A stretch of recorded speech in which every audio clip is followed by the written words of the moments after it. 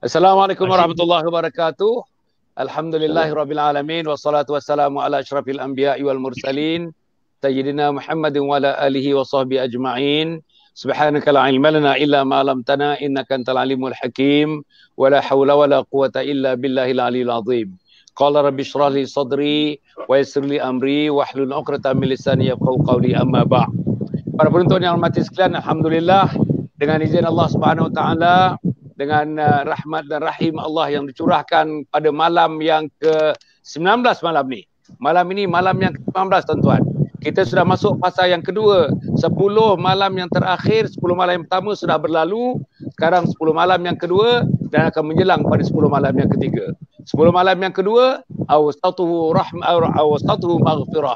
Pengampunan Allah Subhanahu wa taala. Insya-Allah isteri diampun, suami diampun, mak dan ayah diampun, mertua diampun, seluruh kaum keluarga kita diampun dan dipanjangkan kepada jiran tetangga kita, sahabat andai dan akhirnya seluruh umat Muhammad sallallahu alaihi wasallam dalam bulan yang sangat barakah, bulan yang sangat mulia yang kita berada dalam keadaan COVID-19, PKP sekarang ini.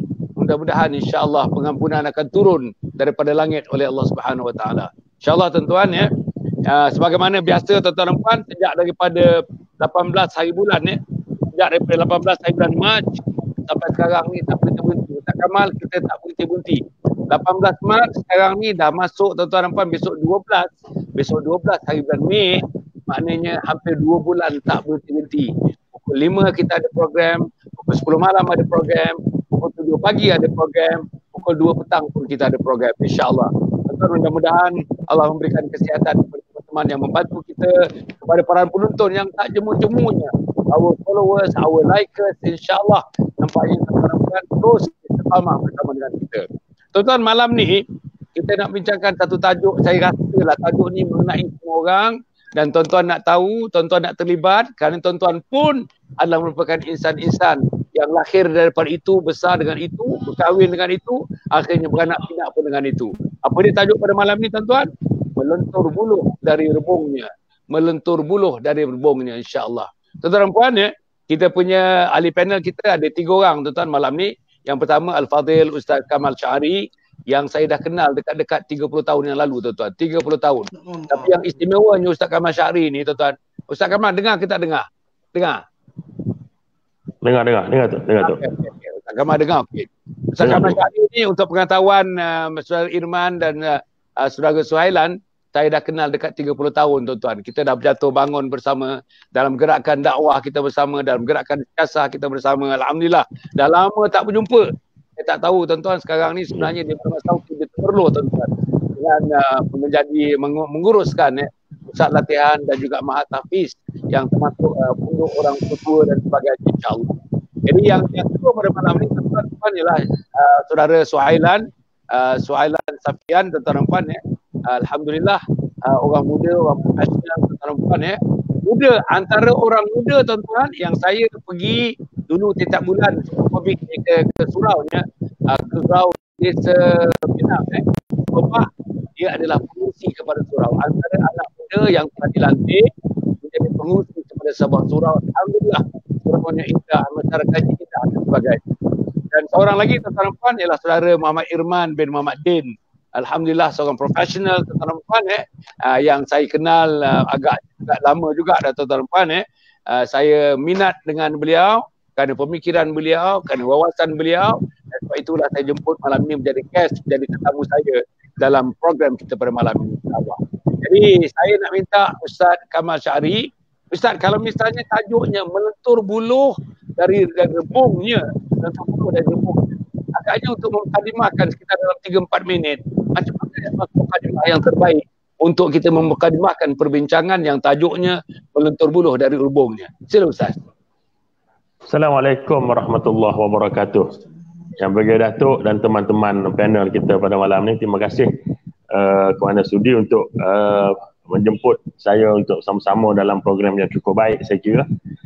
Jadi untuk menjawab soalan yang dikemukakan oleh Datuk tadi bersangkutan dengan melentur buluh dari rebungnya ni, dia merupakan suatu pepatah Melayu sebenarnya yang saya kira hampir semua orang Melayu akan memahami maksud daripada melentur buluh dari rebungnya. Yang saya kira dari secara umumnya, maksud daripada pepatah Melayu ini ialah dalam kita mendidik, terutamanya generasi anak-anak kita, terutamanya mestilah dimulakan daripada satu suasana yang waktu itu dia mampu untuk dibentuk. Kerana kita semua maklum, bila sebut rebung ni boleh dilentur, boleh dialis sini bersama. Tetapi bila sudah menjadi buluh, maka kalau dilentur dia akan patah dan menjadi satu kesusahan. Maka saya kira sebagai mukadimah ni tu ya, maksud daripada melentur buluh dan rebungnya ialah apapun proses pendidikan terutamanya kepada manusia, mestilah kita mulakan daripada situasi dan keadaan yang kita boleh bentuk dia, bukan setelah dia menjadi susah dan sebagainya. Kena tu, cukup dah rasanya tu. Oh, terima kasih, cantik. Memang cantik, maknanya Ustaz Kamal telah memberikan kita satu definisi dan satu operational definition, definisi operasi mengenai melentur buluh dari rebungnya, merujuk kepada pendidikan awal yang mesti diberikan tuan-tuan dan puan kepada anak-anak kita. Jangan tunggu dia besar, jangan tunggu dia remaja, jangan tunggu dia dewasa, jangan tunggu dia tua. Maka kalau kita nak mendidiknya, mengasuhnya, biarlah daripada awal-awal. Kalau boleh daripada alam rahim.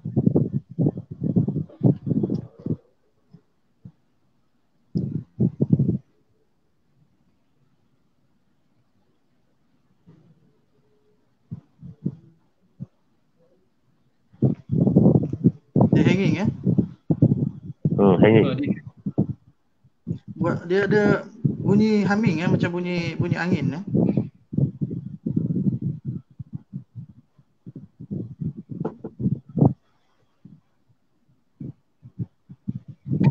Daripada alam rahim, belum rebung tu tumbuh lagi tuan-tuan puan. Suhailan ada 3 orang anak, tak salah. Berapa orang anak Suhailan?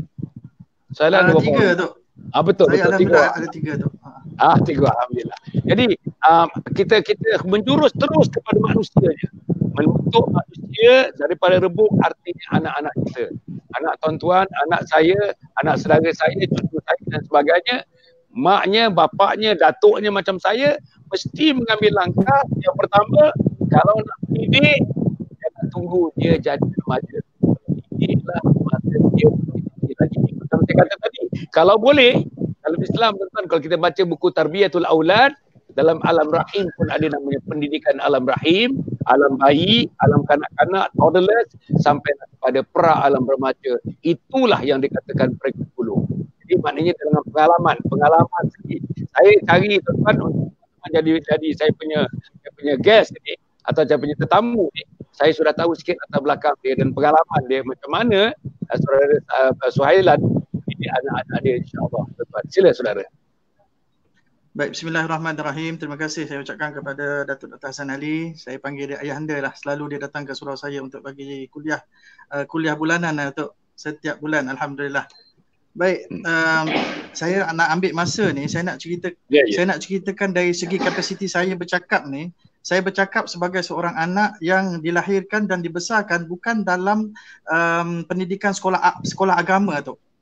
Maknanya ramai di kalangan kita yang di kalangan yang sama macam saya ni, daripada sekolah rendah kebangsaan pergi masuk ke sekolah asrama, ada yang tidak berpendidikan agama 100%.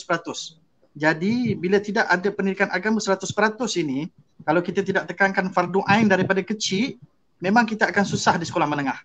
Itu berlaku kepada saya dan rakan-rakan. Ada di antara kita yang pergi ke sekolah asrama penuh, pergi ke Malay College Kuala Kangsar, MCKK, ada pergi ke sekolah Tunku Abdul Rahman di Star Ipoh, ada pergi ke Sedar, ada pergi ke STF, TKC dan sebagainya. Jadi pendidikan agama yang tidak sama macam pendidikan sekolah-sekolah agama yang kita dapat daripada kecil dulu, sedikit sebanyak dia telah menjadikan kita, mencorakkan kita bagaimana kita berfikir. Jadi kapasiti saya, sekiranya kita masih lagi, kita kena, maksud saya, apabila kita sudah habis sekolah dan kita memasuki alam universiti, kita perlu melakukan usaha yang lebih lagi. Usaha yang lebih lagi untuk apa kita panggil, untuk menambah ilmu-ilmu agama. Kerana ilmu-ilmu agama yang kita dapat di fardu ain di sekolah itu terlalu basic. Kita tak boleh bercakap soal hadis, apa itu hadis, apa itu hadis mutawatir, hadis sahih, hadis maudhu', hadis hasan. Kita tak boleh bercakap lagi sebab ilmu yang ada kita masih kurang. Kita kurang dari segi pemantapan akidah, dari segi ibadah yang basic seperti membaca Al-Quran. Allahu Akbar, Datuk Ustaz Kamal dan sahabat saya.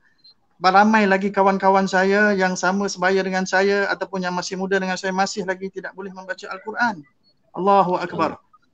Tapi kita mesti berubah. Walau macam mana pun kita mesti berubah. Kita mesti ambil jalan untuk kita mantapkan akidah kita, pegangan kita supaya kita tidak tersasar daripada jalan yang sebenar. InsyaAllah. Itu dulu untuk intro. Alhamdulillah. Kita. Terima kasih. Tentu ada gambaran yang diberikan kepada Suhailan tadi. Dia bersekolah, membesar, sekolah asrama penuh dan sebagainya, tuan-tuan, bukan dalam gelanggang agama. Sekolah bukan sekolah agama. Beruntunglah orang macam Ustaz Kamal Syahri. Beruntunglah kepada profesor-profesor yang Islamic Studies. Beruntunglah ayah-ayahnya, kalau tidak ada pun di sekolah didikan itu, tapi ayahnya mampu mendidik, maknya mampu mendidik. Beruntunglah kepada keluarga yang dapat menyediakan seluruh infrastruktur dan suasana persekitaran ekosistemnya adalah ekosistem agama.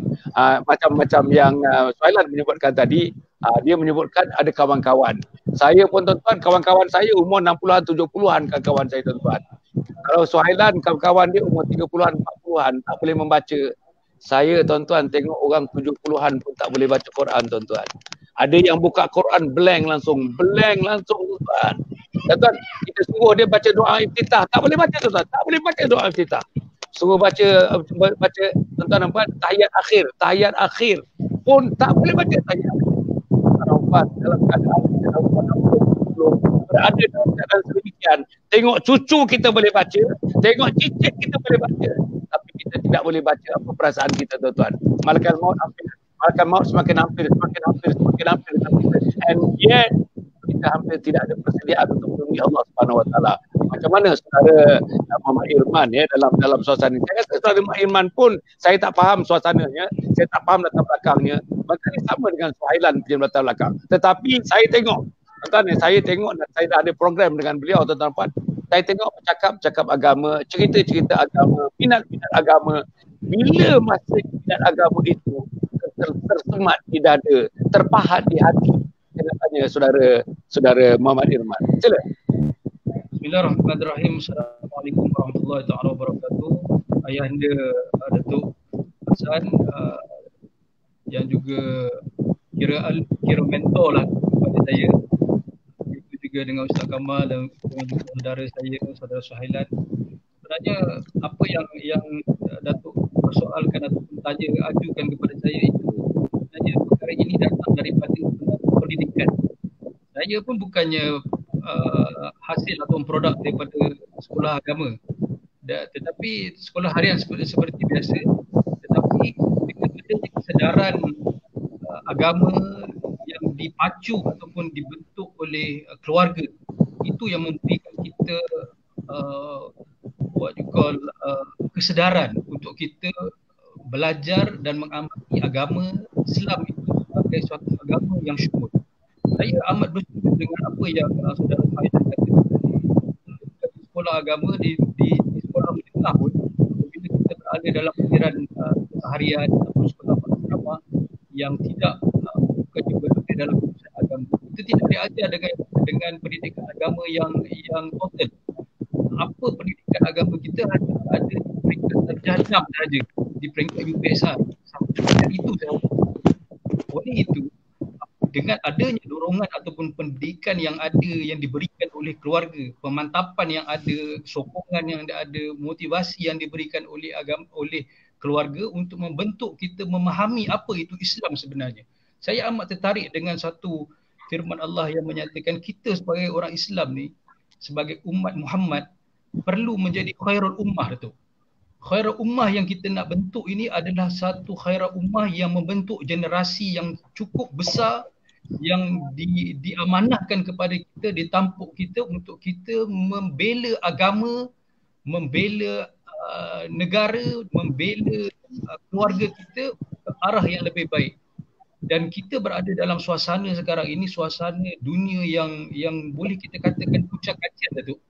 Dan kekucak-kaciran ini menyebabkan kita kadang-kadang hilang pedoman, hilang arah, hilang segala-galanya. Dan segala pengalaman ataupun ilmu-ilmu yang selain daripada ilmu agama itu menjadi pedoman dan asas bagi kita. Itulah pentingnya kita sebagai umat Muhammad dan sebagai ahli keluarga ataupun keluarga yang ingin menjadikan keluarganya sebagai keluarga yang baitil jannati ini, dia perlu meletakkan struktur ataupun pendidikan kepada anak-anak dan juga kepada keluarganya sejak daripada daripada rempungnya lagi.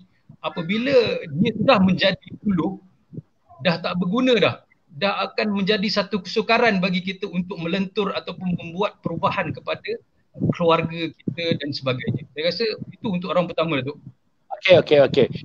Kalau ada di antara kita ni yang ada kipas saya rasa macam ada bunyi kipas tu ada sikit gangguan kepada kita punya bunyi, kita punya tak apa smooth mungkin ada kipas yang sedang berpusing agaknya insya-Allah minta maaf.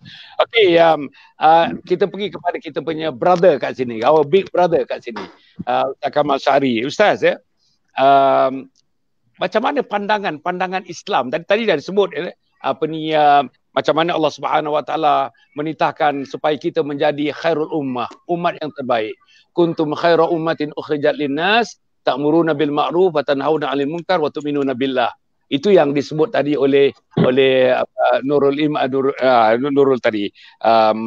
Jadi saya ingat kalau misalnya yang disebut oleh Irman tadi, kalau misalnya Ustaz dapat menerangkan kepada para penonton yang ribuan yang ada ni, apa pandangan Islam? Allah Subhanahu Wa Taala, Nabi Muhammad sallallahu alaihi wasallam, Quran dan hadis, apa dia tentang pendidikan dalam bermula daripada rebung ni dari sudut pandangan Islam itu? Apa dia sebenarnya? Sebab kita nak bertitik tolak di peringkat yang kedua daripada apa tafsiran daripada Ustaz Kamal Syahri mengenai pendidikan daripada perspektif Islam yang bermula daripada rebung yang kita cerita pada malam ini. Sila Ustaz. Baik. Pertama sekali kita kena pergi kepada pengetahuan, kepahaman tentang kenapa Allah Ta'ala cipta manusia. Jadi bila Allah Subhanahu Wa Ta'ala meletakkan tujuan dia cipta manusia ini illa liya'budun, iaitulah untuk menjadi seorang hamba yang taat pada Allah. Jadi apabila kita memahami tujuan Allah buat kita, maka seluruh dari kalangan kita mestilah meletakkan asas pendidikan yang kita nak didik pada anak itu menjurus kepada menjadi hamba yang menjadi matlamat Allah buat kita tadi. Satu. Yang keduanya, kalau kita tengok tadi pun disentuh oleh saudara Irman, saudara Suhailan, iaitu berkaitan semua meletakkan asas pendidikan itu melalui keluarga. Maka sebab itu kalau kita tengok, maksud daripada melentur buluh dari rebungnya itu ialah dari peringkat yang seawal-awal manusia mula boleh dididik. Apabila? Di mana permulaannya?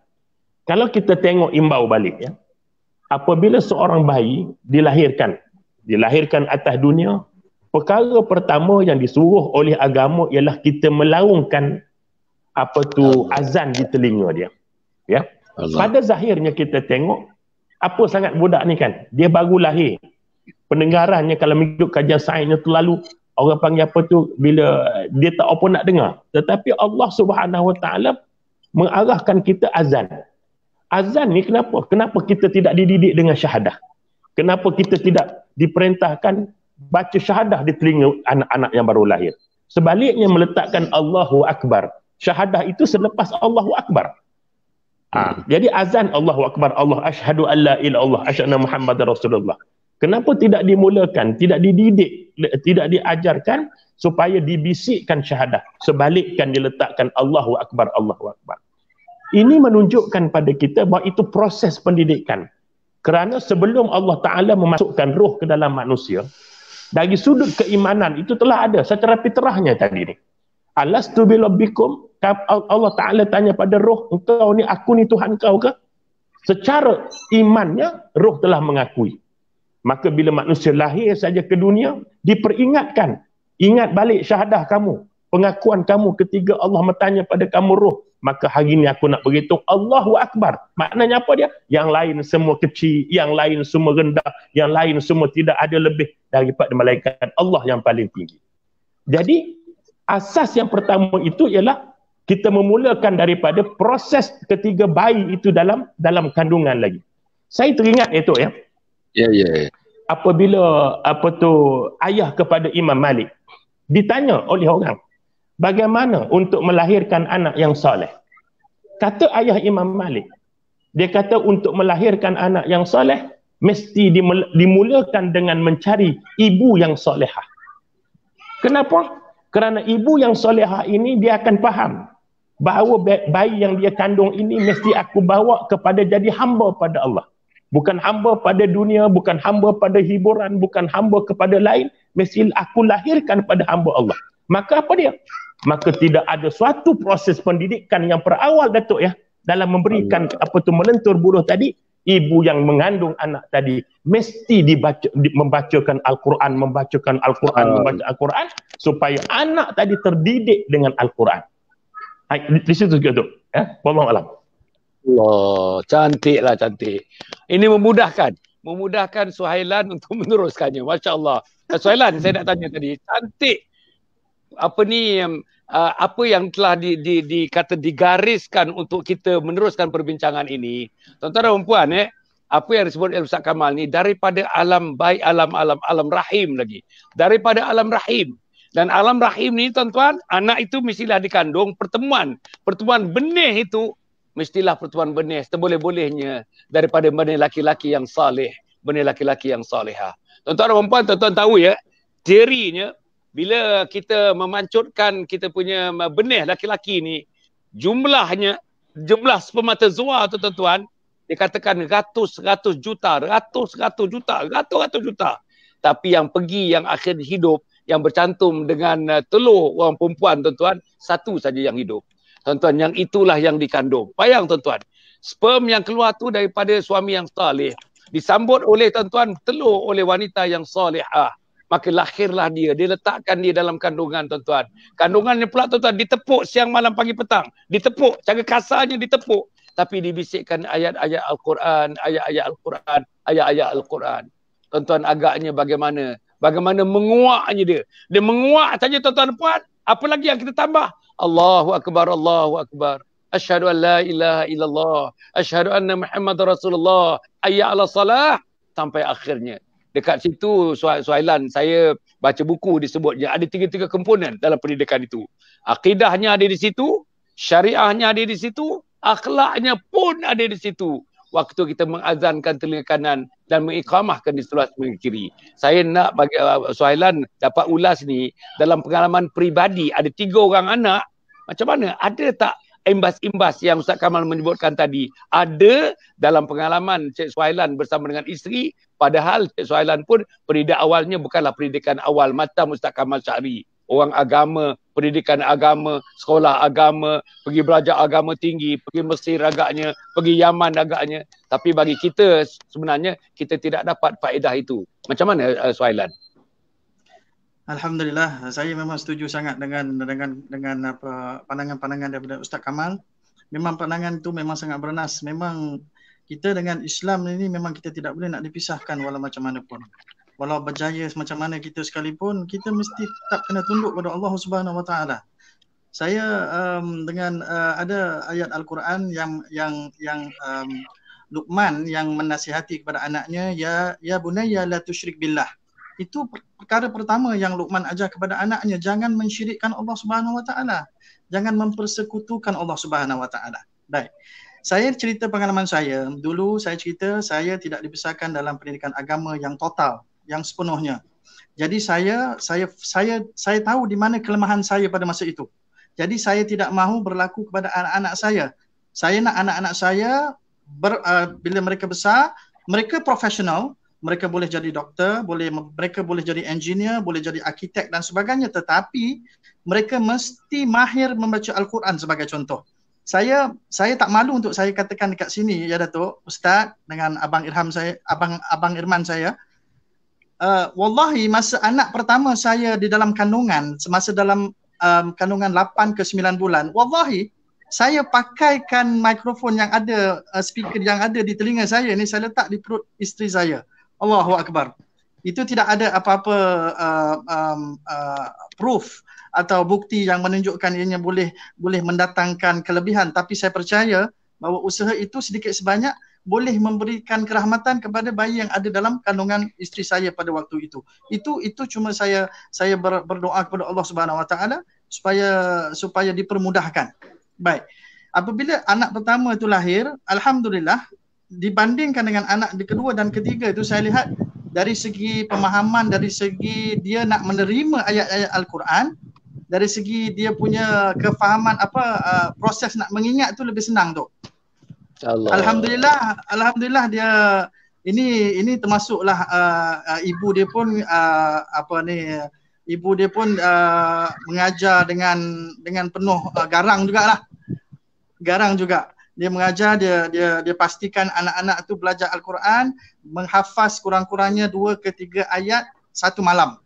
Jadi alhamdulillah, dengan berkat Allah Subhanahu Wa Taala, dengan kuasa Allah Subhanahu Wa Taala, anak yang pertama saya darjah 3, alhamdulillah baru boleh hafal dalam 1 juzuk Al-Quran. Jadi itu Allah. Memang Allahu Akbar, Datuk, itu berbeza sangat dengan saya. Berbeza sangat dengan ahli keluarga saya yang lain, dengan kakak saya. Kita hidup berbeza, Datuk. Jadi kita belajar daripada pengalaman-pengalaman yang lepas.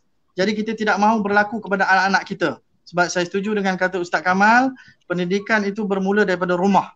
Kalau kita melalai daripada rumah, kalau ibu bapa tidak bersolat, Allahu Akbar, mana mungkin anak-anak kita dapat bersolat.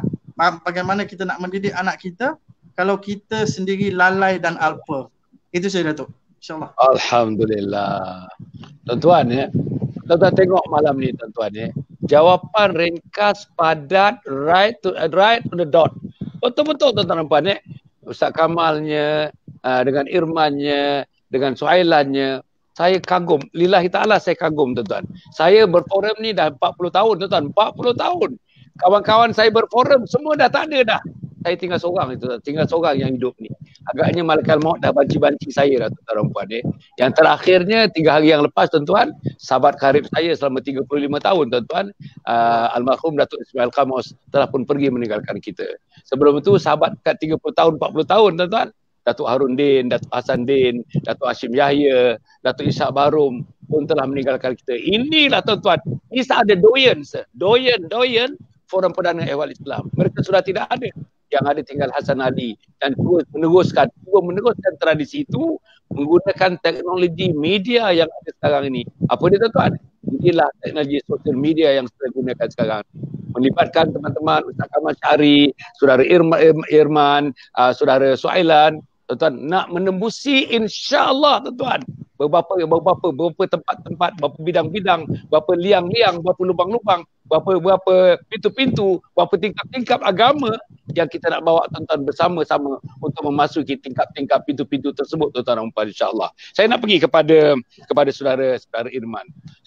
Irman kalau kita tengok tadi, cantik ni. Ustaz Kamal Syari dah buka dah tentang agama ni, sangat penting agama, dan buka dah tentang peranan ibu bapa. Bila pergi kepada Suhailan pula, dia praktik terus. Anak yang pertama, 8 bulan, 9 bulan yang terakhir, tuan-tuan letakkan dia punya gadget tu dekat anak-anak tu, supaya anak tu mendengar bacaan Al-Quran, Al-Quran. Tuan-tuan, eksperimen yang buat di negara-negara Eropah Timur, tuan-tuan. Saya nak beritahu, Eropah Timur, tuan-tuan, antara negara, saya tulis buku How to Create Genius. Macam mana nak melahirkan manusia genius. Saya tulis buku tu, tuan-tuan, 25 tahun yang lalu. Tuan-tuan, di Italy, di Bulgaria, tempat-tempat ni tuan-tuan, anak-anak lahir saja tuan-tuan, tahu saja menulis, buat matematik terus tuan-tuan. Tahu menulis, 3-4 tahun menulis, matematik terus. Pasal tuan-tuan dibisikkan matematik, dibisikkan formula matematik, dibisikkan macam mana menyelesaikan masalah manusia dengan matematik. Waktu dia berada di alam rahim lagi tuan-tuan. Saya nak kata, itu matematik is nothing tuan-tuan. Al-Quran, Masya Allah, kalamullah, wahyu, bukan perkataan Nabi. Tuan-tuan, kata-kata Allah Subhanahu Wa Taala. Masya Allah tuan-tuan.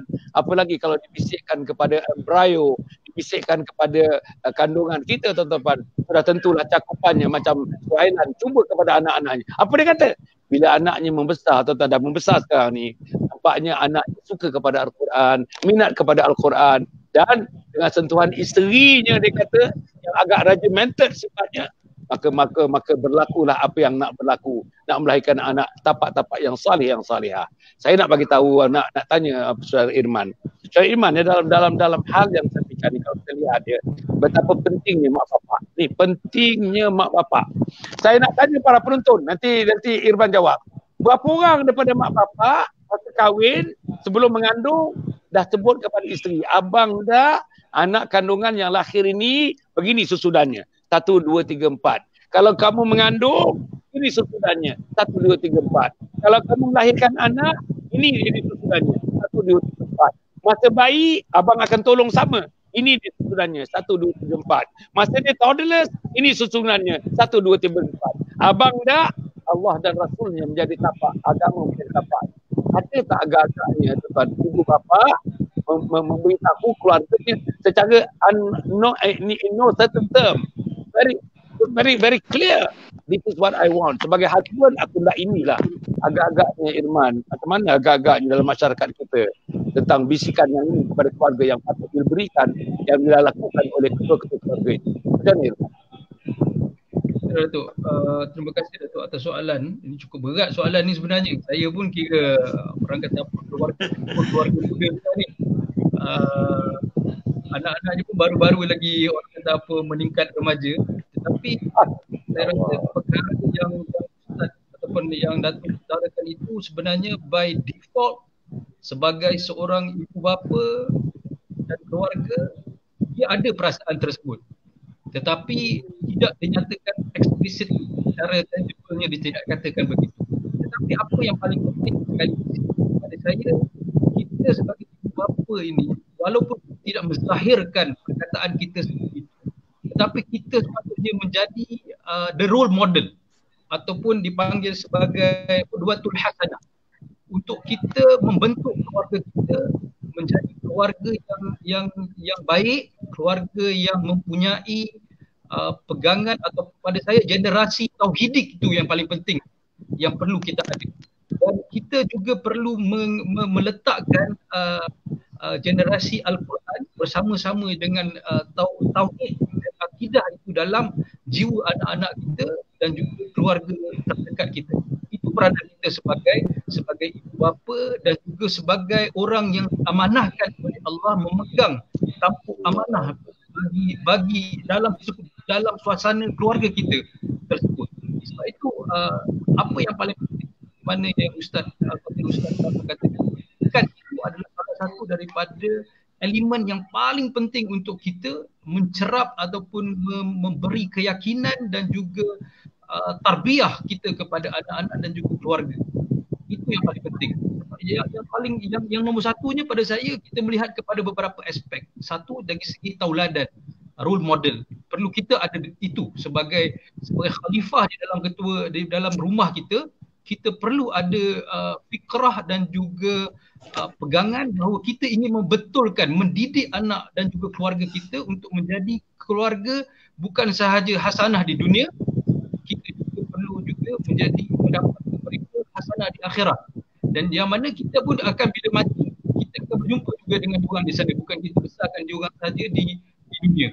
Itu yang pertamanya. Yang keduanya, apa yang penting bagi kita sebagai ibu bapa, kita perlu memberikan orang kata apa, material ganjaran ataupun motivasi yang perlu dinyatakan setiap hari, disampaikan, diperingatkan kepada mereka setiap hari, dialunkan kepada mereka. Seperti mana yang pada saya adalah orang kata apa, boleh dikatakan juga model ataupun hasil daripada summer camp, apa Datuk dan sebagainya, yang mana struktur pendidikan yang diberikan itu dia komplement itu. Kalau di sekolah aliran perdana tidak ada elemen-elemen begini yang diberikan pendedahan, tetapi dengan ada komplement aktiviti yang kita buat dulu seperti contohnya sama game, taruh dan berbagai program yang berstruktur ini yang membolehkan kita mendapat pendidikan ilmu agama ini dengan cara yang berterusan dan lebih baik. Saya rasa elemen yang hilang setakat ini ada, tetapi sudah makin lama makin tenggelam.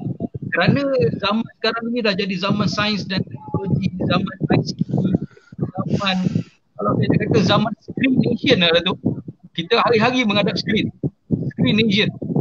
Apa pun screen, tolak sana kiri, tolak kanan, screen semua ada. IT dengan ustaz Google-nya, multi Google-nya dan sebagainya. Ini kadang-kadang berikan orang kata apa impediment bagi kita. Kita tak nak agama, kita dengar sahaja benda ceramah-ceramah yang dan juga fatwa-fatwa yang kadang-kadang kita pun tak tahu daripada mana datangnya. Saya rasa itulah yang perlu kita ubah dan perlu kita buat the new normal yang sekarang ini kita berada sekarang dalam zaman pandemik ini. Kalau dulunya kita nak menghadap dekat skrin ini dengan cara kuliah online ni, kita hanya ada one way saja. Tetapi apabila adanya the new normal yang sekarang ini kita hadapi, alhamdulillah, orang kata the reset button yang Allah berikan kepada kita, kita melihat kembali back to basic. Kita menilai kembali di mana status kita sebagai khalifah, sebagai ketua keluarga, dan bagaimana anak-anak kita, isteri-isteri kita mendidik anak-anak kita dalam suasana yang era yang mencabar sangat ini sekarang itu. Terima kasih. Saya rasa ada lagi kipas kot sedang berputar kipas ni, macam ada gelombang-gelombang. Di mana ada kipas? Kalau dapat diselurkan kipas tu, kalau kipas tu pusingannya 3 buat 1 saja ke macam mana? Kita dapat sikit suasana yang lebih aman lagi kita, insya-Allah. Okey, tadi saya rasa saudara Irman ni, tuan-tuan dan puan, inilah kita kena bagi jiwa besar kepada anak-anak kita. Tuan-tuan dengar dia sebut tadi, tuan-tuan ya. Anak kita dididik memang daripada lahir, sebelum lahir lagi, ikut pesanan daripada Ustaz Kamal Syahri tadi, hendaklah daripada tuan-tuan, daripada rahim isteri yang salihah, daripada rahim ibu yang salihah, dari pangkalnya, daripada bakal suami, bakal isteri yang salih dan bakal yang salihah. Itu pokok, tuan-tuan, pokok. Pilihlah, kalau nak kahwin ni tuan-tuan, pilih yang cantik, pilih yang bangsawan, pilih yang bagus ekonominya, pilih yang macam ni, pilih yang terkenal, tapi pilih yang agama. Tuan-tuan, agama itu, dari banyak-banyak tu dekat tunjulkan agama, pilihlah yang beragama. Ustaz, saya dengan ulasan yang diberikan, saya seronok ya Mas Irman tadi. Apa dia sebut, tuan-tuan dan puan ya? Kena jadi role model. Ini perkataan role model, tuan-tuan. Mak bapak kena jadi role model.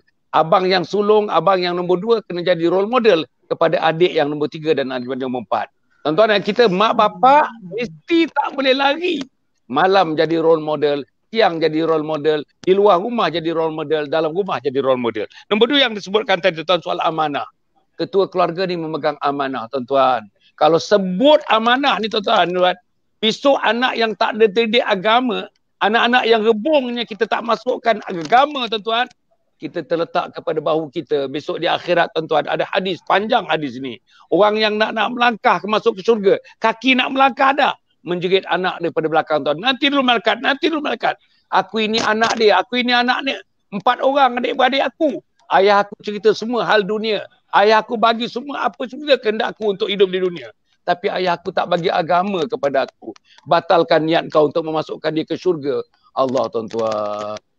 Tuan-tuan dan puan yang saya nak sebutkan. Satu lagi yang disebut tadi, tuan-tuan, yang katakan ya, sebagai khalifah. Nak lahirkan, tuan-tuan, tauhid.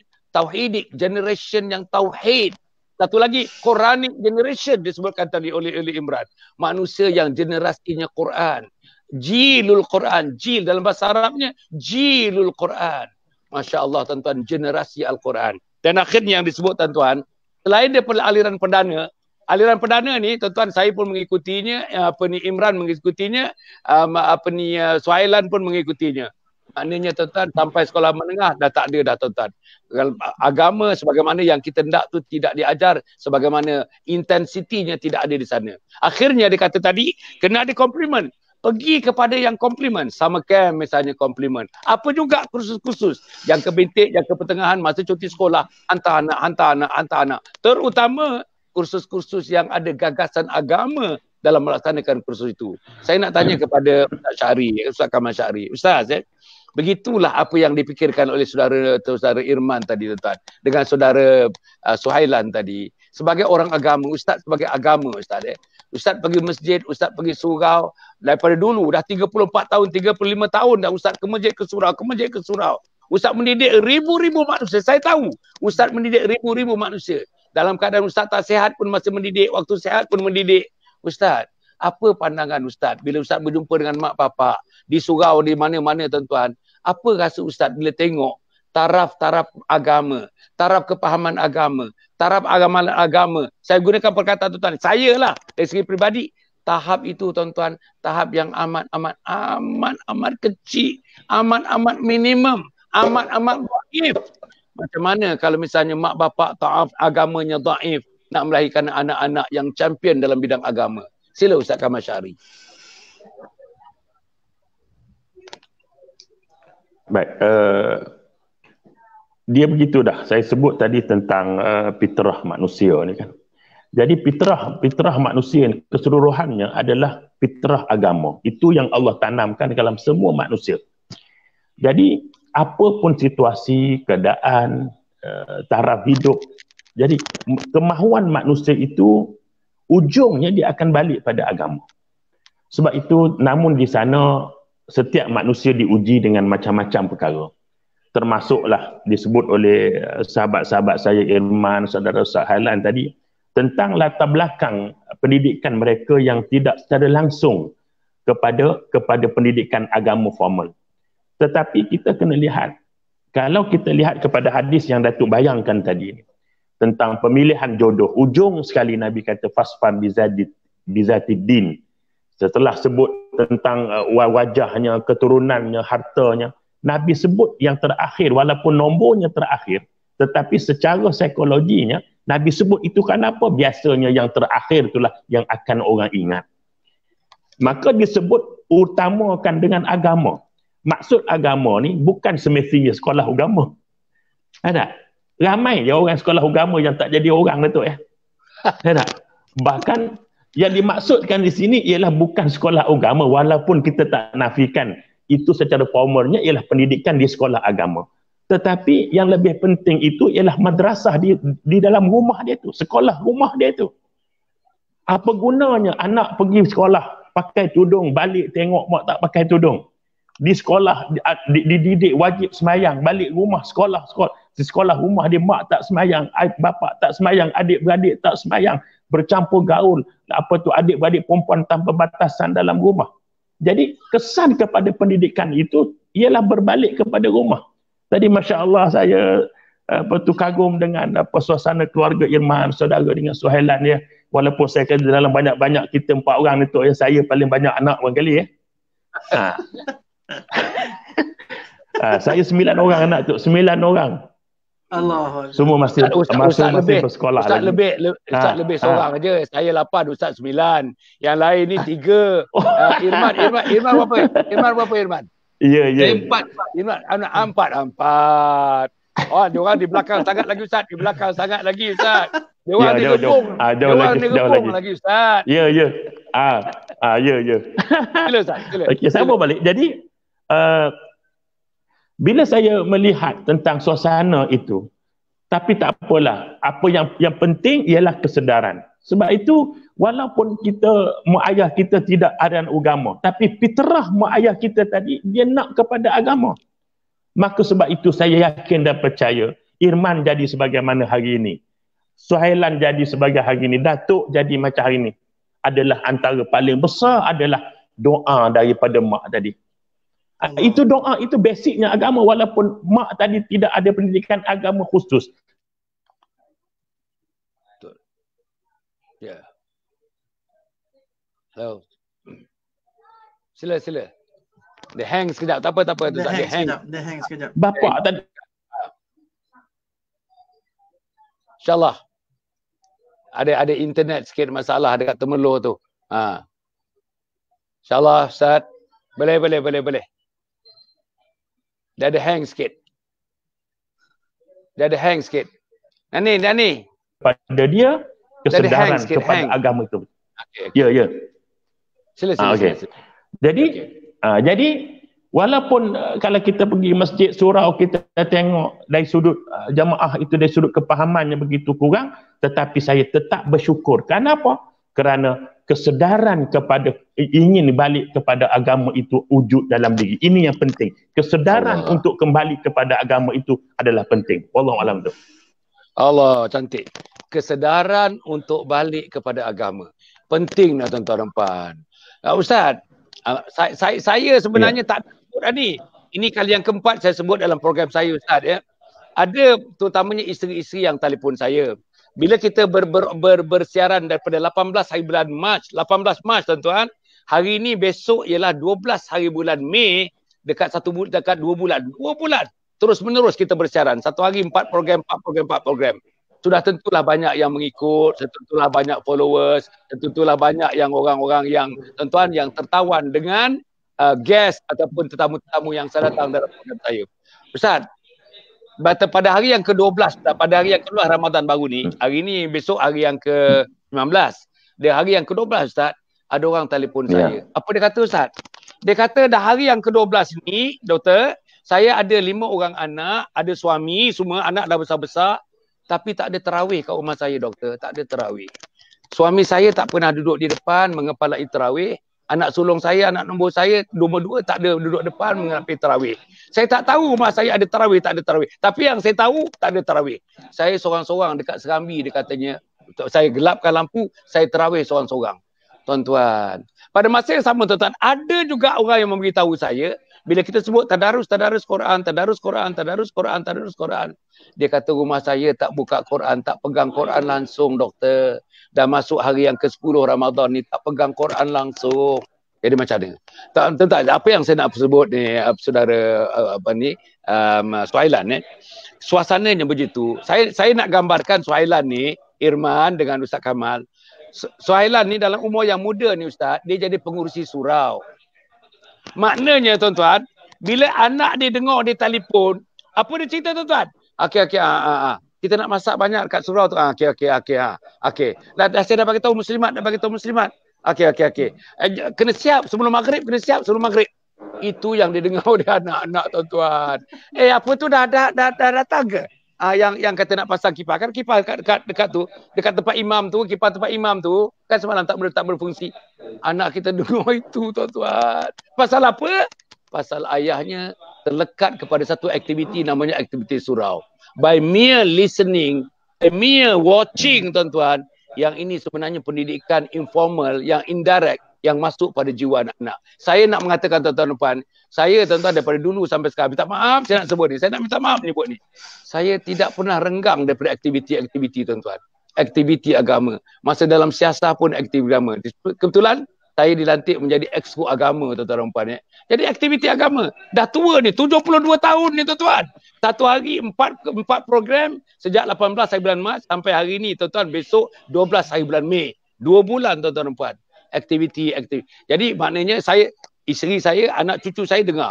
Okey, confirm ya Ustaz, confirm.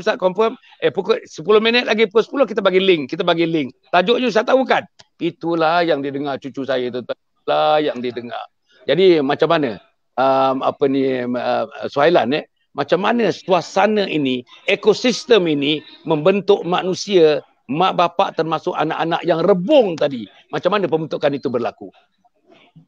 Baik, saya melihat dari kapasiti sembahyang berjemaah di surau dan masjid lah. Sebab alhamdulillah saya hidup sekarang ni, saya duduk di dalam taman yang tak berapa besar sangat. Saya ada satu surau, ada 200 buah rumah lebih. Jadi alhamdulillah orang-orang tua dekat dalam taman saya ini, mereka bagi laluan untuk budak-budak muda untuk menguruskan surau di taman mereka. Mereka memberikan kepercayaan kepada orang-orang muda supaya sebab mereka nampak golongan muda ni dah memang jauh dah, Datuk Ustaz, di mana-mana sahaja. Di mana-mana masjid, mana-mana surau di dalam Malaysia, malah di dalam dunia ini, kita kepincangan golongan anak-anak muda. Saya dah menjadi pengerusi, Alhamdulillah ni, dengan berkat oleh ayah-ayah di dalam taman saya, pakcik-pakcik, jiran-jiran, kita cuba buat banyak program-program yang melibatkan anak-anak muda. Kita cuba bagi program solat berjemaah 100 waktu. Lepas tu anak-anak datang, dia isi kad, dia ambil sign daripada Bilal atau imam pada hari dia semayang tu, cukup 100 waktu, kita akan bagi basikal seorang satu. Itu antara program-program yang kita buat yang Alhamdulillah, apabila kita buat program-program yang melibatkan budak-budak kanak-kanak ini, kita dapat melihat, memanglah mula-mula asalnya mereka nakkan basikal, tetapi mereka dipupuk semangat untuk datang ke surau dan masjid. Itu yang saya dapat lihat. Soft dari 2 soft, dia bertambah kepada 3 soft. Daripada 3 soft bertambah kepada 4 soft. Saya dapat melihat peningkatan soft-soft dalam surau. Surau ni kalau kita nak dapat 4 soft tu memang susah. Tapi Alhamdulillah, apabila peranan ibu bapa tu sendiri, mereka tak malu bawa anak-anak. Tak kiralah anak kecil ke, anak besar ke, anak dah habis universiti ke, tapi kalau dia tak tanamkan semangat cintakan masjid dan surau, masjid surau kita akan sentiasa kosong. Itu yang berlaku. Jadi Alhamdulillah, bila kita buat program-program, kita kena dekati golongan-golongan muda, kita buat program-program futsal, dengan sedikit sebanyak peranan ibu bapa tu kita mesti mainkan. Kita kena pastikan anak-anak kita, kepada penonton-penonton yang ada dekat rumah, pastikan anak-anak kita ni lebih-lebih lagi waktu maghrib tu duduk di mana. Mesti balik rumah, mandi, cuci pakai pakaian yang bersih, pergi ke surau masjid, solat berjemaah. Kita kena bermula daripada sikap macam itu. Bermula dari rumah dan kita bawa kepada surau dan masjid. Jadikan anak-anak kita celik masjid dan celik pahala. Itu yang terbaik buat kita. Mudah-mudahan kita akan sentiasa menjadikan masyarakat kita ini masyarakat nombor satu. Nombor satu dari segi ekonominya, dari segi sasiahnya, dari segi ilmunya, dari segi yang pentingnya, dari segi amal ibadatnya. Kerana kita adalah hamba kepada Allah Subhanahu Wa Taala dan kita pandai macam mana sekalipun, kita tetap hamba kepada Allah Subhanahu Wa Taala. Jadi alhamdulillah. Itu saja untuk sedikit sebanyak saya boleh. Allah. Hebat, masya-Allah. Okey, Irman, saya nak pergi pada Irman. Irman, there is such thing as networking, jalinan network, Kita tak boleh hidup macam enau dalam belukar, tak boleh. Kita hidup macam au dengan tebing. Kita kena network, kita kena berkawan. Macam mana caranya untuk melahirkan rebung ni, pendidikan rebung ni, macam mana kita punya network? Kita berkawan, mestilah, saya fikir Ustaz Kamal pun setuju, mestilah berkawan dengan orang-orang yang ada minat untuk mendidik anak daripada rebung, asasnya ada agama. Mestilah kita minat nak jumpa imam, nak jumpa Bilal. Mestilah kita berminat nak jumpa orang-orang alim, orang agamawan. Mestilah kita berminat untuk membawa anak-anak ke majlis-majlis agama, majlis-majlis perayaan dan sebagainya. Mestilah kita berminat, tuan-tuan dan puan, untuk supaya keluarga kita menerima sesuatu direct daripada, tuan-tuan, warna-warna agama. Bukan dalam rumah saja, bukan dengan mak saja, kita panjangkan kepada sahabat, kita panjangkan kepada jiran tetangga, kita panjangkan kepada sahabat anda yang lebih luas lagi. Akhirnya, kita panjangkan untuk generasi-generasi pengganti yang akan datang ini. Jadi tentang the power of networking ni, macam mana kita nak gunakan the power of networking ini dalam konteks kita nak meletakkan rebung yang betul, membina rebung yang betul untuk menjadi buluh yang betul. Sila Irman. Terima kasih Datuk. Berkenaan dengan networking yang Datuk katakan tadi, pada saya kita melihat kepada 2 senario besar, Datuk. Satu, kalau kita tengok dari aspek institusi keagamaan, itu sudah memang kita sedia maklum bahawa institusi keagamaan ini membawa kepada agenda keagamaan. Tetapi apa yang saya nak pandang ataupun saya nak bawa pemikiran ataupun perbincangan kita pada malam ini adalah bagaimana kita ingin membawa ataupun mewujudkan institusi kesukarelaan, Datuk, yang dalam Islamnya kita nyatakan bahawa fastabiqul khairat. Kita kena berlumba-lumba melakukan kebaikan, Datuk. Sebab itu apabila kita macam ikut pengalaman personal saya, bagaimana kita networking adalah melalui agenda kesukarelaan, volunteerism, yang mana kita ini meletakkan bahawa fastabiqul khairat ini menjadi agenda utama. Apabila kita melakukan suatu perkara yang mana perkara itu ke arah kebaikan, kita membawa ahli ataupun membawa pengaruh dan juga rakan-rakan seperjuangan kita melihat bahawa perkara ini adalah sebagai salah satu daripada ibadah. Ibadah yang bukan sebagai ibadah yang formal yang kita kena sembahyang, bayar zakat dan sebagainya, tetapi fastabiqul khairat, melakukan kebaikan itu setiap masa, setiap hari menjadi salah satu daripada agenda. Kalau kita ingin mendidik anak-anak kita juga, kita perlu juga meletakkan perkara ini sebagai salah satu daripada agenda pendidikan yang baik bagi mereka.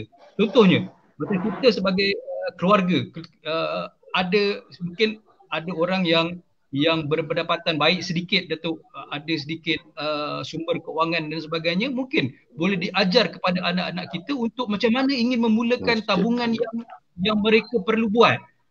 Kenapa? Sebab apa mereka perlu ada tabungan? Kalau untuk diri sendiri, bagus. Untuk mereka melihat bagaimana untuk ada financial freedom dan sebagainya. Tetapi apabila kita juga melihat bahawa dalam perspektif kita membuat tabungan semata-mata untuk kita ada agenda untuk memberi sumbangan, infak, sedekah, hadiah kepada orang-orang yang tidak ada kemampuan, itu adalah salah satu daripada bentuk aktiviti-aktiviti yang boleh membawa anak-anak kita, keluarga kita ke arah fastabiqul khairat, melakukan kebaikan secara berterusan, berlumba-lumba, Datuk, untuk melakukan kebaikan. Itu yang paling penting bagi saya. Apa yang ada di dalam institusi keagamaan perlu kita kukuhkan lagi, dan apabila kita berada di luar institusi keagamaan tersebut, kita menginstitusikan kerja-kerja amal, kerja-kerja bakti dan sebagainya untuk kita membawa agenda Islam itu, meletakkan Islam itu sebagai satu ad-dinul haya, the way of life, untuk kita membawa, kita bangga jadi orang Muslim, kita bangga jadi orang Islam bahawa kita ada kemampuan, kita ada kelebihan untuk membantu orang lain. Saya rasa itu adalah agenda indirectly yang perlu kita lakukan sebagai khalifah di muka bumi ini. Yang mana kalau kita tinggalkan ataupun kita jauhkan diri kita daripada bermasyarakat, bernetworking seperti mana yang Datuk katakan itu, kita tidak akan dapat mencapai agenda ini. Kita hanya work in silo, duduk saja dekat rumah, tengok keluarga kita, kesusahan, denyut nadi rakyat di bawah dan sebagainya. Itu saya rasa salah satu daripada detik-detik, bibit-bibit yang mana kita patutnya meletakkan, bukan sahaja baiki jannati, kita juga perlu ada bardatun thayyibatun wa rabbul ghafur. Itu yang patutnya kita kena letak agenda yang paling besar, the end of mind yang kita kena ada di dalam setiap khalifah di dalam muka bumi ini, Datuk. Saya rasa saya bagi hebat dia. Masya Allah. Tengok tuan-tuan macam mana fikiran daripada Saudara Irman end game ni. Apa end game nya tuan? End game-nya ialah kita nak jadi khalifah Allah. End game-nya kalau negara tuan-tuan dengan anak-anak daripada rebungnya yang dididik agama, maka akan berlakulah dengan izin Allah. Baldatun thayyibatun wa rabbun ghafur. Negeri yang aman, negeri yang sentosa, Allah mengampunkan. Yang atas diampunkan, yang tengah diampunkan, yang di bawah pun diampunkan, tuan-tuan. Inilah cita-cita kita, inilah sepatutnya cita-cita kita semua, inilah cita-cita saya, inilah cita-cita kita sebagai Muslim, inilah cita-cita kita. Tuan-tuan dan puan, saya nak pergi kepada Ustaz Kamal. Ustaz, kita ni Ustaz, cabaran terlalu banyak. Saya kesian anak-anak ni tuan. Masa saya dulu, tak ada cabaran-cabaran ni, tak ada. Ambil tajuk cabaran tentang social media, Ustaz. Cabaran social media. Apa yang disampaikan dalam cabaran social media, tuan-tuan? Satu budaya yang namanya hedonism. Hedonism ni Ustaz, budaya nafsu syahwat. Budaya nafsu syahwat. Buka saja Facebook, kalau kita tengok, kita scroll sana sini, keluarlah muncul gambar-gambar itu. Hingga gambar yang tak patut ditengok oleh manusia pun, kita akan tengok gambar itu dekat situ, tuan-tuan dan puan.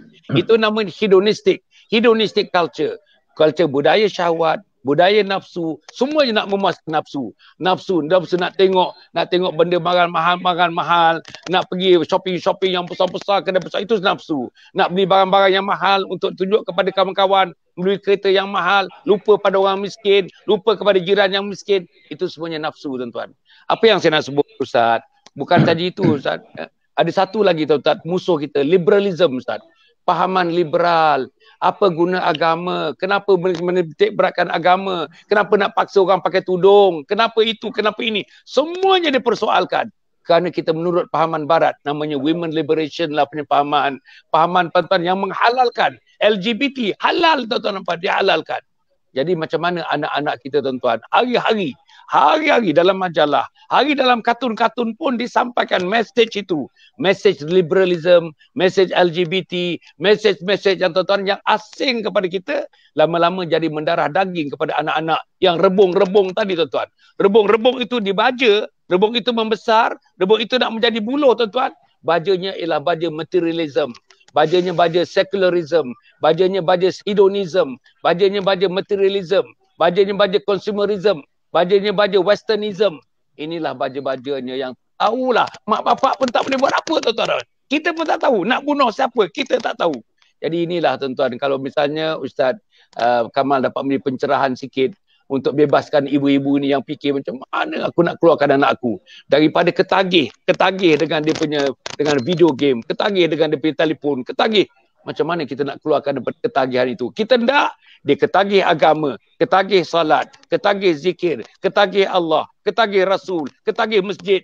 Yang itu patutnya ketagihan. Di samping kita nak jadi manusia yang Suhailan awal-awal tadi sebut. Saya nak jadi anak saya profesional. Tetapi profesional asasnya ialah agama. Sila Ustaz Kamal komen sikit tentang itu.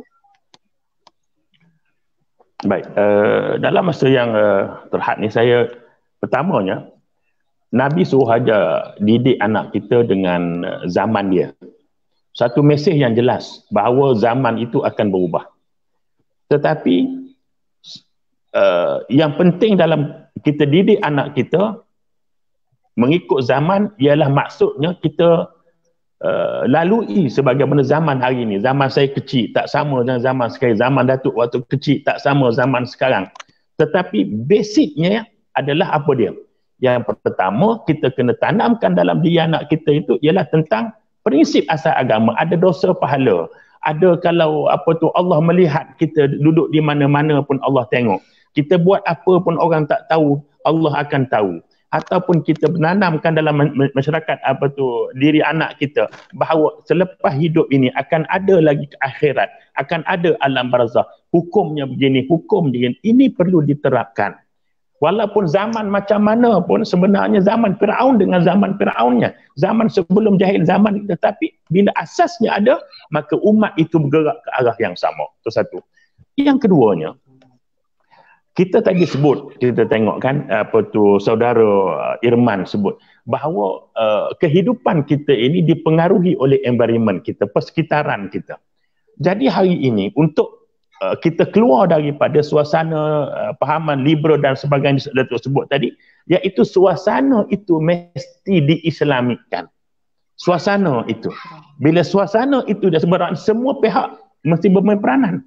Institusi pendidikannya, silibus pendidikannya, pemerintahannya, ekonominya mesti menjurus kepada pengabdian kepada Allah Subhanahu Wa Taala. Contoh sekilas, sebagai contohnya. Orang masuk ke penjara kerana kejahatan dia.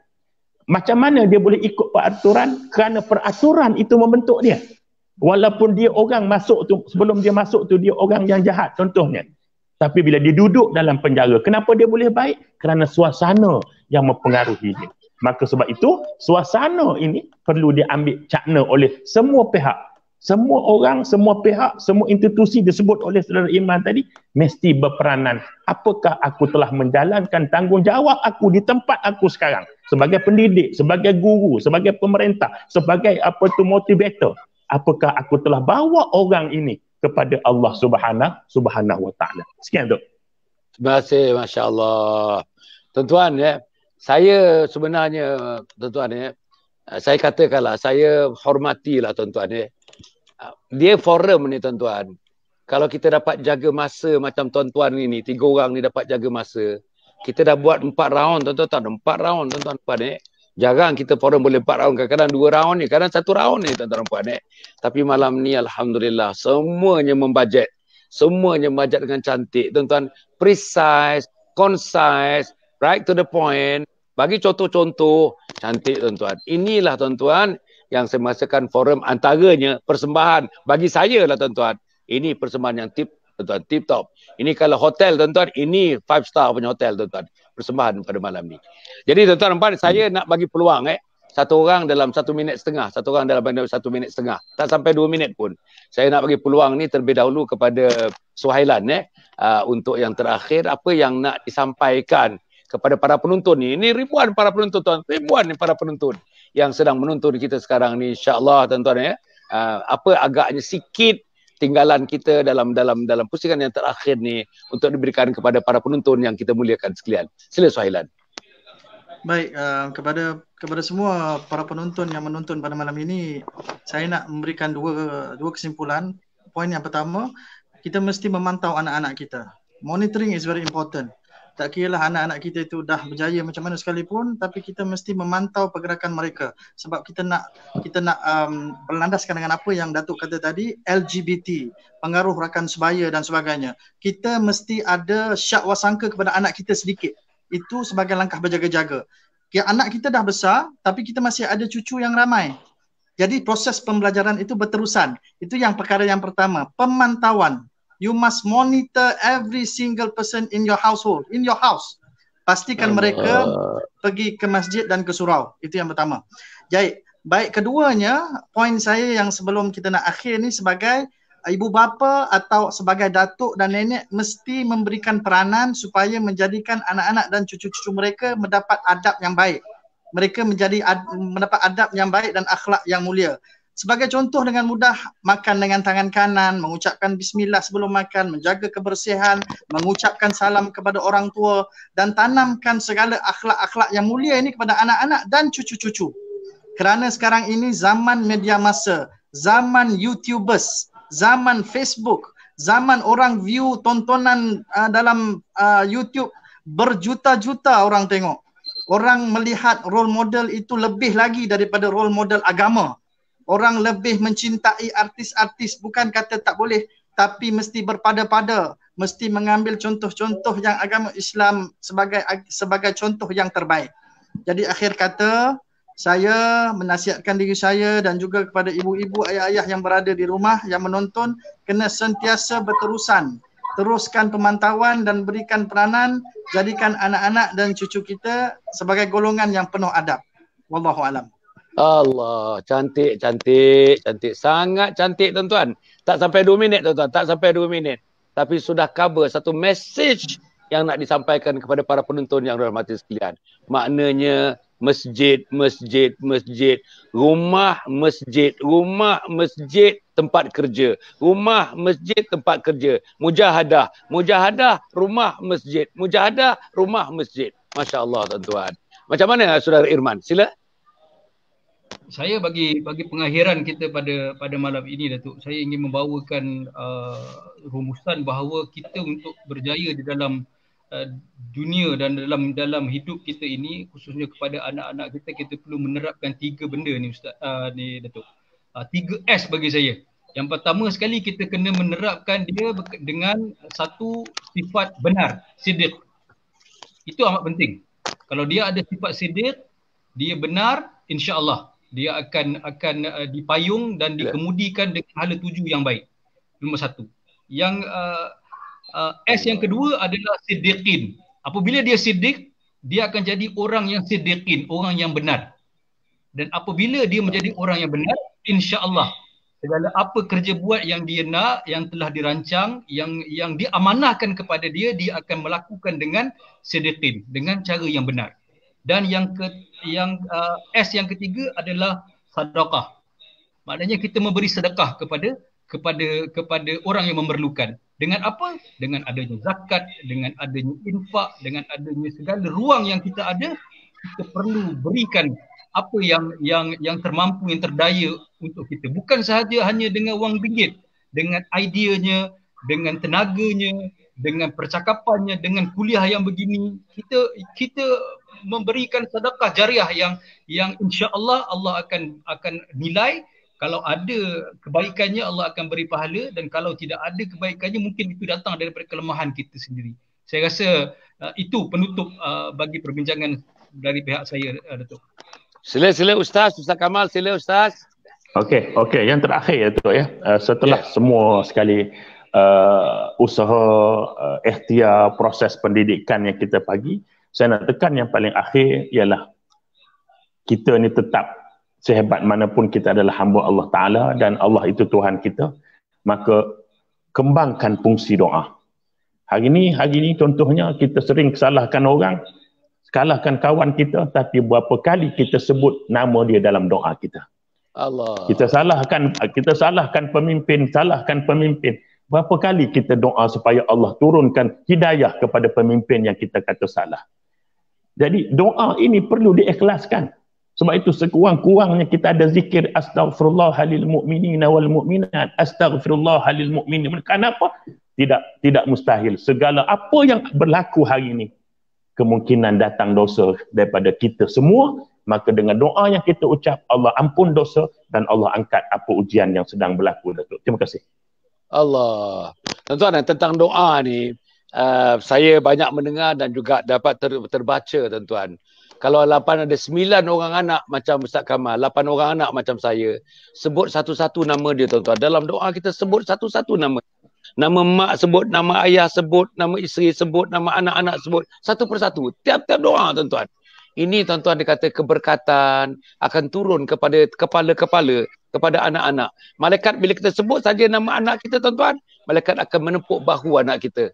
Dengan menepuk bahu yang sayang, kasih cinta kepada anak kita. Begitulah seterusnya, tuan-tuan. Inilah doa. This is the power of doa, tuan-tuan. The power of doa.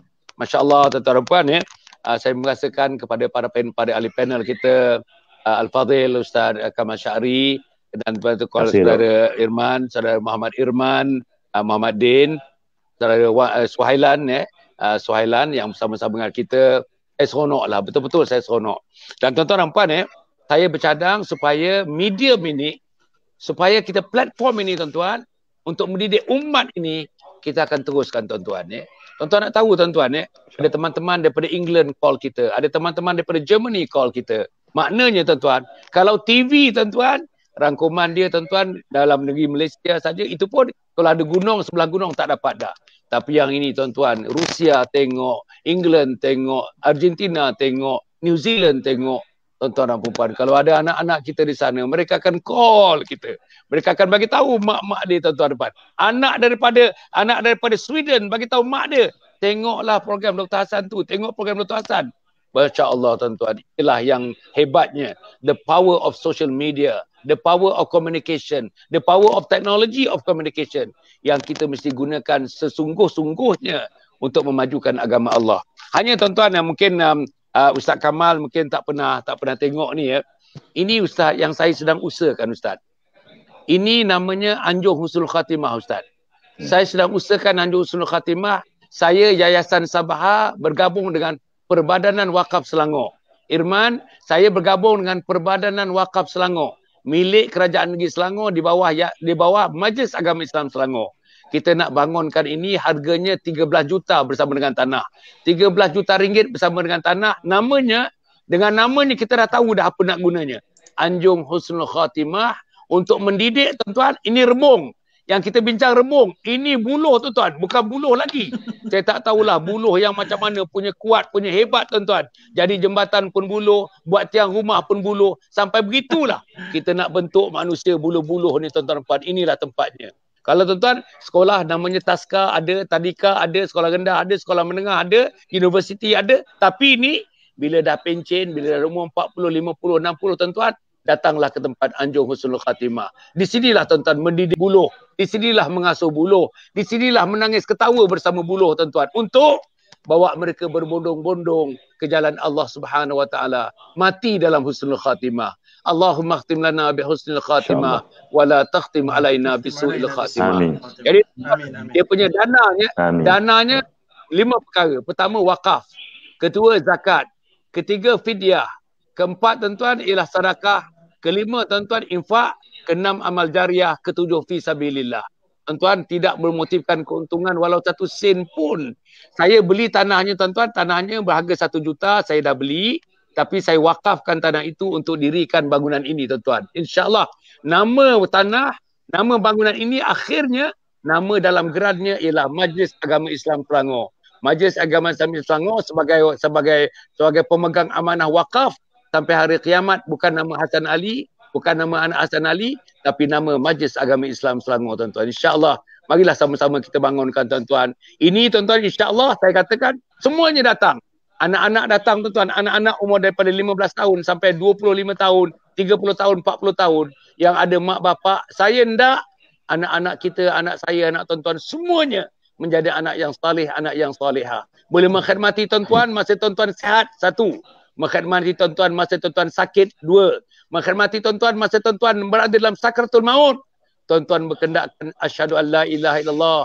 Ada orang mentalkinkan, anak kita lah yang mentalkinkan. Anak yang tak sembahyang tak mungkin dapat mentalkin. Anak tak pergi masjid tak mungkin dapat mentalkin. Anak yang tak tahu baca Quran tak mungkin dapat mentalkin kita tuan-tuan. Inilah yang saya sedang bangunkan tuan-tuan. InsyaAllah mudah-mudahan Allah memberikan. Tuan-tuan boleh call 0136283985. 0136283985. Sekali lagi 0136283985. Hubungi Puan Suraya insyaAllah untuk menanya lebih detail lagi bagaimana cara nak menyumbang tuan-tuan. Peringkat berdiri menyumbang, peringkat keluarga make sure satu keluarga satu sumbangan, satu keluarga satu sumbangan. Dan akhirnya peringkat syarikat, sumbanglah tuan-tuan atas nama syarikat untuk membangunkan Anjung Husnul Khatimah. Tuan-tuan dan puan, insya-Allah mudah-mudahan ada baiknya kepada saya tuan-tuan dan puan. Insya-Allah Allah memberikan kekuatan kepada kita. Kita doakan tuan-tuan. Besok tuan-tuan malam, besok hari yang ke-19 tuan-tuan. Hari yang ke-19 kita berpuasa. Doalah tuan-tuan, doa siang malam. Pesan tadi, pesan Cak Kamal Syahri tadi. Doa tuan-tuan, doa insya-Allah. Dengan doa itu tuan-tuan, kita akan dapat berlalu di dalam laluan tuan-tuan untuk pergi kepada syurga Allah Subhanahu Wa Taala. Terima kasih yang tak terhingga kepada Ustaz Kamal Syahri. Terima kasih yang terhingga kepada saudara Muhammad Irman, Muhammad Did. Terima kasih yang terhingga kepada Suhailan Safian tuan-tuan dan puan yang bersama-sama kita pada malam ini. Lain kali Ustaz Kamal, Irman, Suhailan, bila saya panggil tuan-tuan insya-Allah sama ada hujung Ramadan atau selepas Ramadan ini, bila program ini diteruskan insya-Allah, saya harap kita dapat jawatan positif dari tuan-tuan dan puan-puan insya-Allah. Cukup setakat itu, aqulu qouli hadza wa astaghfirullahalazim li wa lakum wa lisairil muslimina wal muslimat. Innahu huwal ghafurur rahim. Wassalamualaikum warahmatullahi wabarakatuh. #salam husnul khatimah. #salam husnul khatimah. Alhamdulillah.